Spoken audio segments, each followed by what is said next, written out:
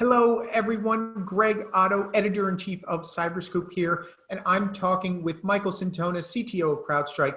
Michael, thanks for joining us for the Fal.Con Public Sector Virtual Cybersecurity Conference. Thanks for having me. Look forward to having a chat. So the cybersecurity community was dealing with a workforce shortage long before COVID-19 reared its ugly head. With automation being a focal point now more than ever, how can agencies make artificial intelligence their ally?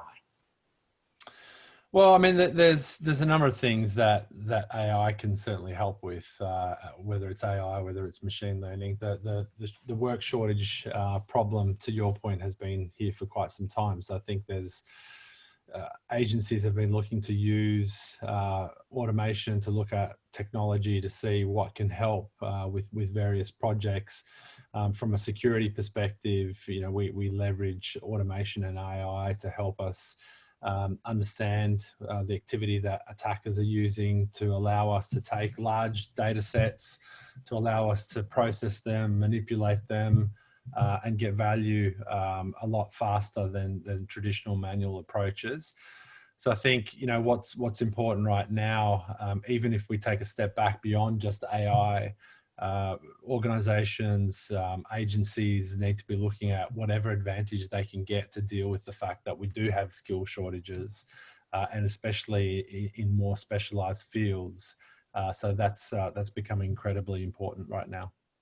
So speaking of agencies, what is one key thing that federal agencies are doing well when it comes to cybersecurity? Well, I think there's a lot of work that's gone into standardization. There's a lot of work that's gone into creating process and methodology that federal governments federal government in the US, governments around the world have done really well that even private enterprise can learn from. So I think, a lot of the standards, a lot of the frameworks, a lot of the rigor that goes into creating a lot of these structures that even vendors like us at CrowdStrike, we have had to go through and get FedRAMP certified. That's all a good thing. And I think those programs are incredibly important because I think we all agree we need to be doing a lot more from a cyber perspective. Great. And agencies are also more and more getting into cloud computing. What are you seeing with the cloud that can give security teams a leg up on detecting and responding to attacks? Well, I mean, cloud is a fundamental game changer. At CrowdStrike, we are a cloud native organization. Our technology was born in the cloud. We did that because the traditional models in security do not work. And I think, one of the things that we talk a lot about, certainly from the perspective of government, is threat intel sharing. I'm connecting here from Sydney at the moment. During COVID-19, I haven't been able to get over to the US to move over. But we have Five Eyes, and the Five Eyes is based around threat intelligence sharing.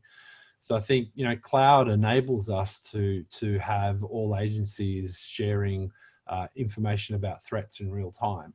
It enables us to be able to expose the tradecraft that adversaries are using and to get agencies to be able to pivot and respond very quickly on what adversaries are doing, and to learn and to pull in prevention strategies leveraging that information. So, there's a lot of benefit that cloud can give us. People typically talk about makes us more agile and there's cost benefits, and they're all true. But I think it's, as a tool to deal with cyber attack, it's a huge advantage. So you talked about threat intelligence there. Final question, people working in security operations are often overwhelmed with threat intelligence. What more can agencies do to get good info out of the threat intel that they're getting on a daily basis? I'm okay with being overwhelmed with threat intel. Okay. It's better to have a too much and not be in a situation where you don't have enough threat intel.